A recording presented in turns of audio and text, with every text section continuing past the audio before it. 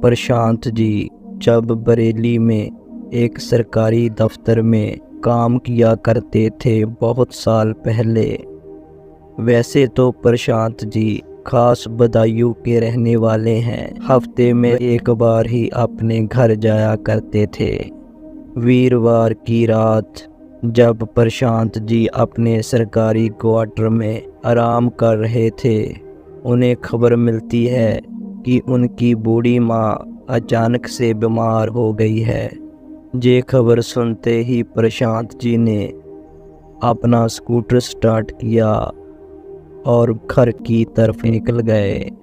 प्रशांत जी अब बरेली बदायूं रोड पर थे। रात काफ़ी हो चुकी थी, जिसकी वजह से रोड पर गाड़ियां भी इक्का दुक्का ही दिखाई दे रही थी। अभी तक प्रशांत जी 25-30 किलोमीटर गए होंगे कि उनका स्कूटर अचानक बीच रास्ते में बंद हो गया। ध्यान से देखने पर पता लगा कि स्कूटर का पेट्रोल ख़त्म हो गया है। जैसे ही प्रशांत जी को माँ की तबीयत बिगड़ने की खबर मिली, वह जल्दबाजी से स्कूटर लेकर निकल गए थे और पेट्रोल भराने का उन्हें याद ही नहीं रहा। तभी उन्होंने अपना स्कूटर रोड के किनारे पर लगाया और वह किसी गाड़ी के आने का इंतज़ार करने लगे। लगभग 10-15 मिनट वेट करने के बाद उन्हें रोड पर एक रोडवेज की बस आती हुई दिखाई दी।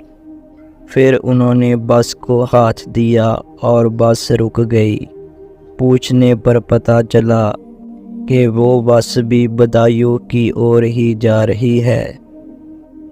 तभी उन्होंने कंडक्टर को बताया कि मेरा एक स्कूटर भी है, मैं उसे यूं ही रोड पर नहीं छोड़ सकता।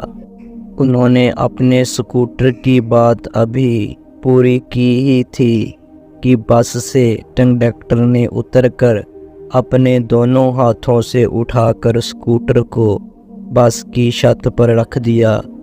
ये देखकर प्रशांत जी हैरान थे कि इतना भारी स्कूटर अकेले आदमी ने उठाकर बस की छत पर कैसे रख दिया। तभी कंडक्टर ने प्रशांत जी को बस में बैठने का इशारा किया। प्रशांत जी के पास और दूसरा कोई चारा भी नहीं था, लिहाजन वह उस बस में ही बैठ गए। जब प्रशांत जी बस में चढ़े, उन्होंने देखा कि बस में कंडक्टर और ड्राइवर के अलावा दूसरा कोई नहीं है, क्योंकि बस पूरी तरह खाली थी। वह एक सीट पर जाकर बैठ गए। प्रशांत जी अभी भी स्कूटर के बारे में ही सोच रहे थे कि इतना भारी स्कूटर एक आदमी ने कैसे उठाकर बस की छत पर चढ़ा दिया, और खाली बस उनको और भी ज़्यादा परेशान कर रही थी। बस चली ही जा रही थी, तभी प्रशांत जी के पीछे से आवाज़ आई, ड्राइवर साहब जरा बस को आगे रोक देना। ये आवाज़ सुनते ही प्रशांत जी एकदम हैरान हो गए। प्रशांत जी ने जब पीछे मुड़कर देखा, उन्होंने पाया कि सबसे पीछे वाली सीट पर एक औरत सफ़ेद कपड़ों में अपने 2 बच्चों के साथ बैठी हुई थी। प्रशांत जी मन ही मन में सोचने लगे कि जब मैं बस में चढ़ा था उस वक्त तो बस में कोई भी नहीं था, ये औरत कहाँ से आकर बस में बैठ गई। प्रशांत जी ये सोच ही रहे थे कि तभी बस रुकी और वह औरत अपने दोनों बच्चों के साथ वो दरवाजे के पास पहुंची तो दरवाज़ा अपने आप ही खुल गया और वह औरत नीचे उतर गई। ये देखकर प्रशांत जी को बहुत बड़ा झटका लगा। वह सोचने लगे कहीं उन्होंने गलती तो नहीं कर दी। इस बस में बैठकर अब प्रशांत जी अंदर से बहुत डर चुके थे, लेकिन वह अपने डर को ज़ाहिर नहीं होने दे रहे थे। बस फिर से चल पड़ी। कुछ देर बाद किसी ने प्रशांत जी के कंधे पर हाथ रखते हुए पूछा, भैया क्या तुम्हारे पास बीड़ी है? ये सुनते ही प्रशांत जी का माथा सुन्न हो गया।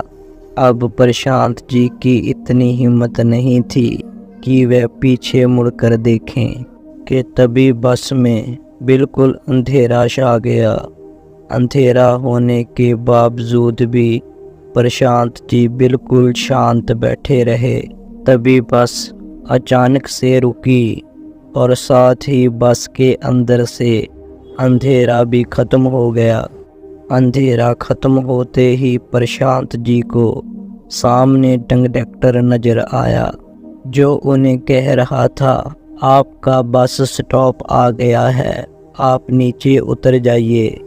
जब प्रशांत जी बस से नीचे उतरे तो उन्होंने देखा कि उनका स्कूटर भी वहीं रोड पर खड़ा है। प्रशांत जी अभी बस से उतर ही रहे थे कि कंडक्टर ने उनके कंधे पर हाथ रख के कहा, आपकी हिम्मत की दाद देने पड़ेगी, आपके स्कूटर में तेल भी डाल दिया है। और ये कहकर वह बस वहाँ से चली गई। जब प्रशांत जी ने अपना स्कूटर चेक किया तो वाकई ही स्कूटर में तेल था और वह स्कूटर पर अपने घर चले गए। लेकिन आज भी वह इस वाक़या को भूल नहीं पाए और प्रशांत जी ये भी नहीं समझ पाए कि आखिर वह क्या था।